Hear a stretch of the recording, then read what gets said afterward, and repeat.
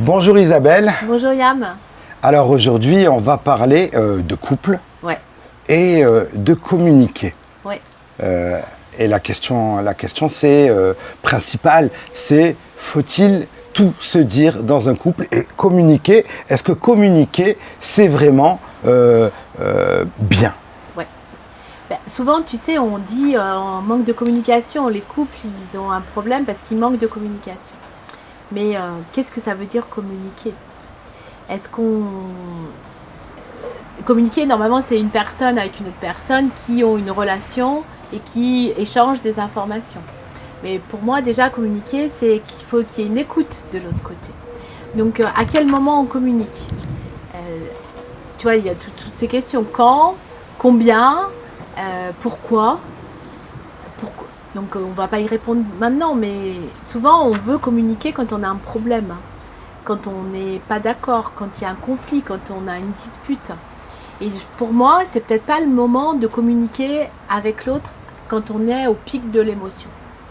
Qu'est-ce que tu en penses? On a dit qu'on faisait discussion. Bien sûr. Ouais. Est-ce qu'aussi communiquer, il faut communiquer que sur les problèmes ou aussi également communiquer sur les choses qui vont bien? C'est justement le bas qui blesse, parce que je crois qu'on est un peu des humains tous. On va toujours plus dire ce qui va pas que ce qui va bien. Tu sais, mon chéri, ma chérie, je suis super heureux de vivre avec toi. Sans objet, sans rien. Souvent, on veut communiquer pour essayer de régler quelque chose, de résoudre une problématique, une divergence ou d'avoir une discussion sur un projet à propos de quelque chose. Mais déjà, on ne communique pas au quotidien de comment on se sent. On va revenir sur ce qu'on a beaucoup évoqué pendant tous ces podcasts, sur la communication de nous-mêmes, de ce qu'on ressent, et qu'on va aller exprimer à l'autre de comment on se ressent quand il se passe tel événement, dans le cadre du foyer, du couple, de projet. Donc c'est déjà la relation, je dirais, à soi. Pour moi, c'est ça l'intelligence de la communication, c'est l'intelligence émotionnelle avec soi-même, reconnaître ses émotions, ce qu'on vit, ce qu'on ressent. Et ensuite, on va aller en parler à l'autre et l'autre va faire de même. Et on va peut-être, du coup, comme ça, en apprendre sur l'autre, en apprendre sur soi et trouver quelque chose qui nous relie, qui est similaire en fait. Ou des points de divergence, mais on va pouvoir s'en exprimer avec facilité parce qu'on sera au contact de ses propres émotions. Mais en même temps, donc dans ce thème, dans ce thème d'aujourd'hui, de cet épisode, d'un côté on dit la clé du couple c'est la communication, oui. Et d'un autre côté tu émets la question de et si certains couples feraient mieux de se taire? Ben oui, parce qu'à quel moment on communique? Et si on communique quand on est au pic de l'émotionnel, dans une dispute, est-ce qu'on va dire les meilleures choses qui soient pour faire avancer la communication, la relation? Ou est-ce qu'au contraire, on va dire des choses qui, comme on dit, tu sais l'expression, ça a dépensé mes pensées, même si pour moi il y a toujours un fond de vrai, mais du coup il y a peut-être de l'exagération. Et puis quand on communique à cette période précise pour le couple, souvent on veut avoir le dessus sur l'autre. On veut gagner quelque chose. Et finalement, c'est tout le monde qui est perdant dans l'histoire parce qu'on est fâché. Et puis même si on arrive à se réconcilier, il y a de l'amertume derrière. Et pour moi, c'est ce qui va venir entacher la relation de couple et qui va à terme poser un problème de dire de toute façon on communique plus parce que du coup peut-être on va avoir peur de dire des choses alors qu'elles n'ont pas été dites depuis la bonne place. Tu vois, elles ont été dites depuis le mauvais endroit dans le sens où c'était pas le moment et pas ce qu'on voulait vraiment exprimer. Les mots, est-ce que c'est aussi l'ennemi de la pensée? Est-ce que ça peut être l'ennemi de la pensée? Parce qu'un mot peut ne pas avoir le même sens, la même définition pour l'autre. Du coup, dans un couple, si on communique, mais est-ce que les mots peuvent être dangereux, le choix de ces mots? Oui, le même signifiant. imagine, je sais pas, j'ai pas de mots, mais déjà le mot amour veut pas dire la même chose pour les uns et pour les autres. Un je t'aime, il va pas avoir le même impact si depuis toute ta vie, de ton enfance, on t'a dit qu'on t'aimait, que t'es beau, que t'es belle, que t'es une bonne personne. Ça va être peut-être banalisé, alors que si un enfant il n'a jamais eu de je t'aime et puis qu'à un moment dans sa vie, un de ses parents lui dit ça, ça va prendre une saveur différente. Et donc il y a le mot qui véhicule une énergie et un signifiant différent pour chacun. Et déjà, est-ce qu'on est d'accord sur ce que ça veut dire, tu vois? On n'en parle jamais de ça. Parce que toi, je vais avoir mon prisme. Tu vois ce que je veux dire? Je vais avoir mon prisme de la vie. Toi, tu vas avoir le tien. Et donc, déjà, c'est pas le même monde, en fait. Oui. Qu'est-ce qui peut faire que communiquer, alors qu'on est en pleine réactivité émotionnelle, ne peut faire qu'aggraver les choses? Non, bah oui, moi, je pense que ça peut être complètement différent. En plus, tu as des personnalités différentes par rapport au conflit. Il y a des gens, ils vont avoir besoin d'aller fuir ce moment parce que c'est trop émotionnellement pour eux. Donc ils vont demander de l'espace. Et puis l'autre, il va demander que le lien soit toujours là. Donc il va encore plus communiquer. Tu vois, il va être anxieux, tu sais, par rapport à sa manière dont il est en relation avec le monde. Donc déjà, et souvent ça marche assez bien, c'est que tu as une personne qui fuit et l'autre qui est angoissée. Donc imagine la personne, elle est très angoissée et elle demande à continuer de communiquer, de parler du problème et puis l'autre il veut juste fuir ce moment parce que c'est trop difficile pour lui. Déjà il y a un problème, tu vois, dans la connaissance aussi de ton partenaire. Et peut-être ça serait de dire ok, on va faire une pause et on va chacun aller s'occuper de ce qui se passe en nous. Puis après on reviendra à communiquer justement. Tu vois. Peut-on parler alors dans un couple d'une bonne communication et d'une mauvaise communication? Oui, moi je suis sûre, hein, bien sûr, évidemment. Hein. Avec les mots, avec le ton, parce qu'on ne dit pas la même chose. Si tu es très énervé, en colère et que tu cries sur quelqu'un, ça va pas être la même chose que si tu vas lui dire posément, calmement, depuis justement un espace de ton cœur où tu vas dire ben voilà, quand tu me dis ça, ben moi ce que je ressens c'est ça, et que l'autre accueille vraiment la parole de l'autre, alors que si tout le monde est en train de se monter, tu te cries dessus et finalement la communication est brouillée.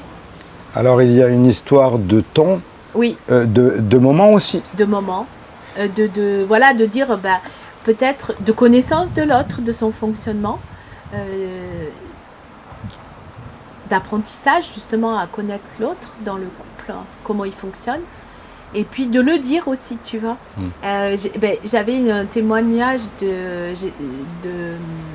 de mes mentors qui était là avec son compagnon, ça fait 20 ans qu'ils sont ensemble, et elle parlait de ça. Ils lui ont posé la question par rapport au fait de travailler ensemble, mais elle disait plus largement au niveau de leur communication de couple, elle va être plus dans le mental, dans la réflexion, dans qu'est-ce que ça lui fait, à quoi ça lui renvoie, est-ce que c'est quelque chose qui est en lien avec une blessure de l'enfance.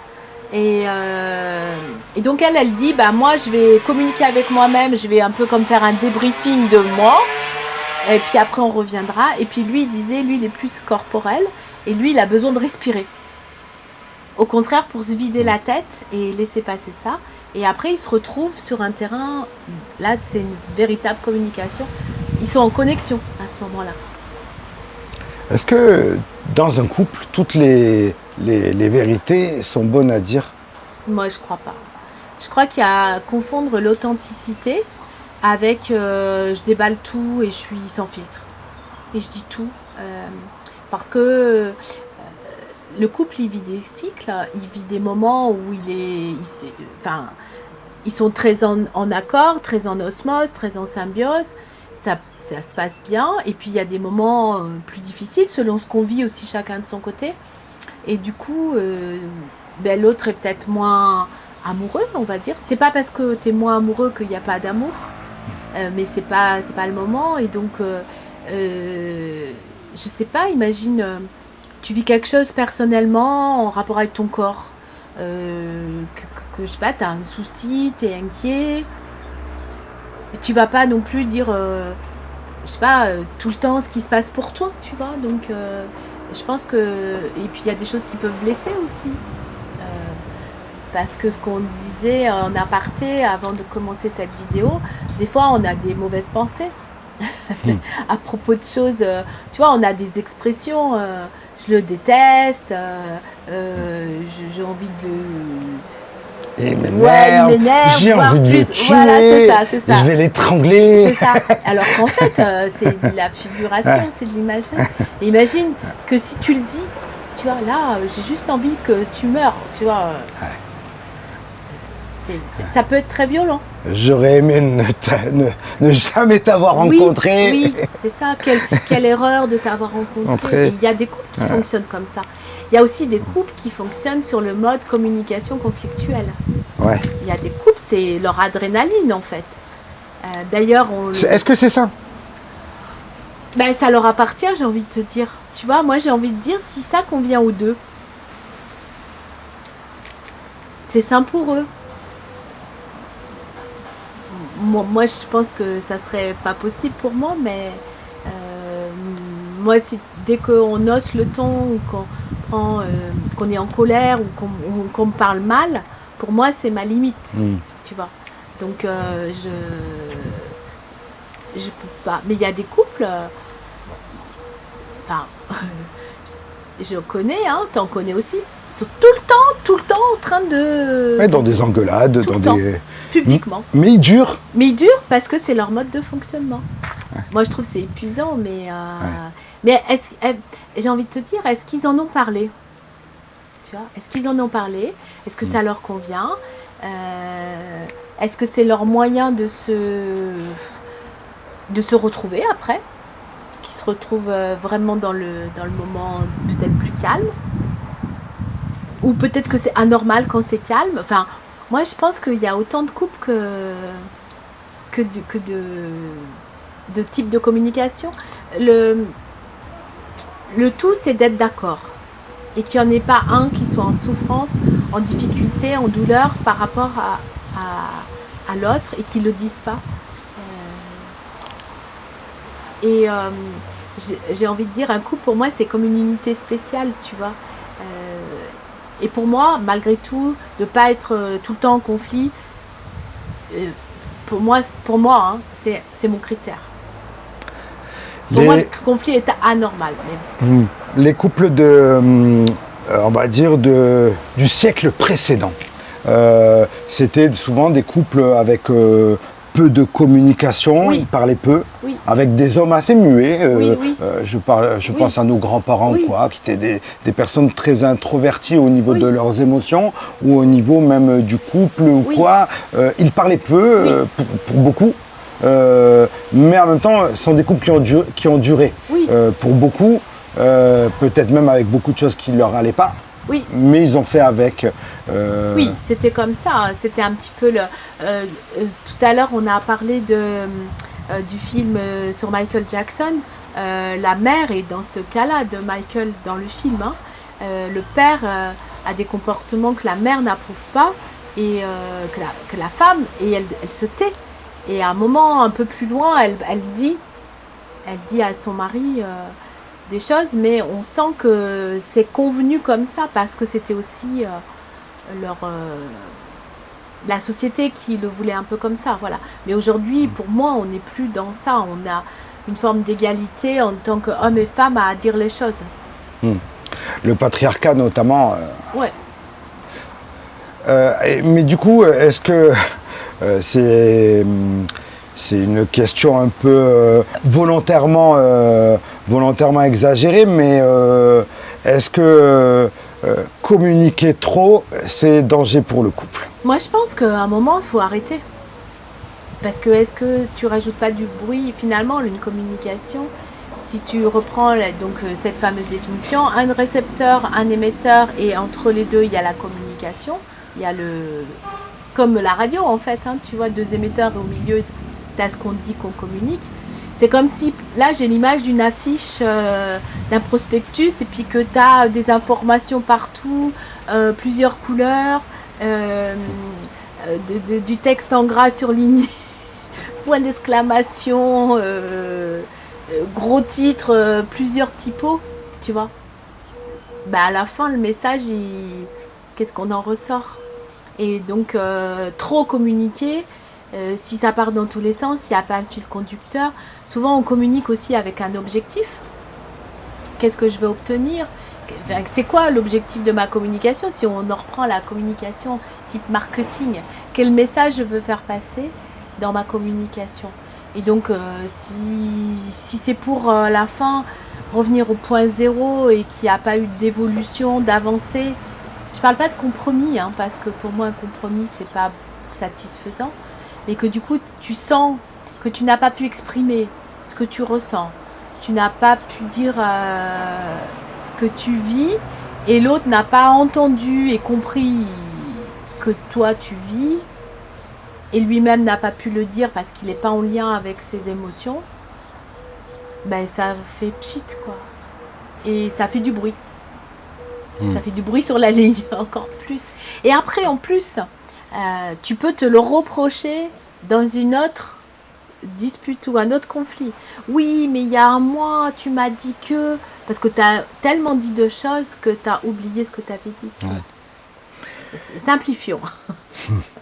Alors, est-ce qu'on communique vraiment dans une discussion de couple, ou au final dans un conflit, discussion-conflit on va dire, ou est-ce qu'on se défend? Oui. Se défendre, c'est pas vraiment communiquer? Non, finalement. Pour moi c'est pas communiquer, parce que ça voudrait dire que tu as justement une position à défendre, que tu veux avoir raison, que tu veux sortir gagnant. Parce que je disais en amont, il n'y a pas de gagnant-gagnant. Tu vois, tu gagnes pas sur l'autre. Parce que c'est le couple qui va perdre. Il y a juste où est-ce qu'on peut se rejoindre. Bon. Ouais. Parce que communiquer, c'est aussi, ça veut dire s'écouter. Ben oui. Et souvent, quand il y a un conflit, c'est qu'on ne s'écoute pas. On ne s'écoute pas. Ouais. On n'est pas d'accord. On n'est pas en lien avec ce qu'on vit. Du coup, ça monte en mayonnaise. Donc, on est là. Donc là, on ne s'écoute plus. Donc, c'est peut-être en fonction de chacun, aller marcher, faire une pause, respirer, écrire. Et puis tu reviens, et là tu dis, est-ce qu'on peut en reparler? Peut-être c'est pas le temps d'en reparler. Ouais.